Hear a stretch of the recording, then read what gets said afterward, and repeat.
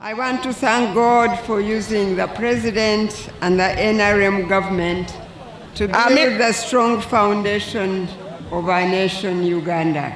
Kabaramaida has got 29 parishes and 26 of them have at least one government primary school. But the government primary schools are 45, so they are more than the parishes. Now the policy is to have one government primary school per parish.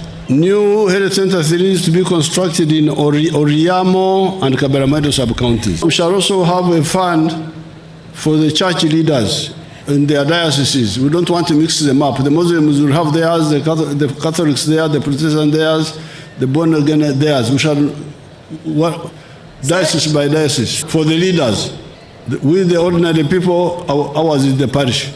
Do one mogoja legogi merwa PDM. And also the cultural leaders. With wealth creation, we don't want spectators. Download the app on App Store or Google Play Store now.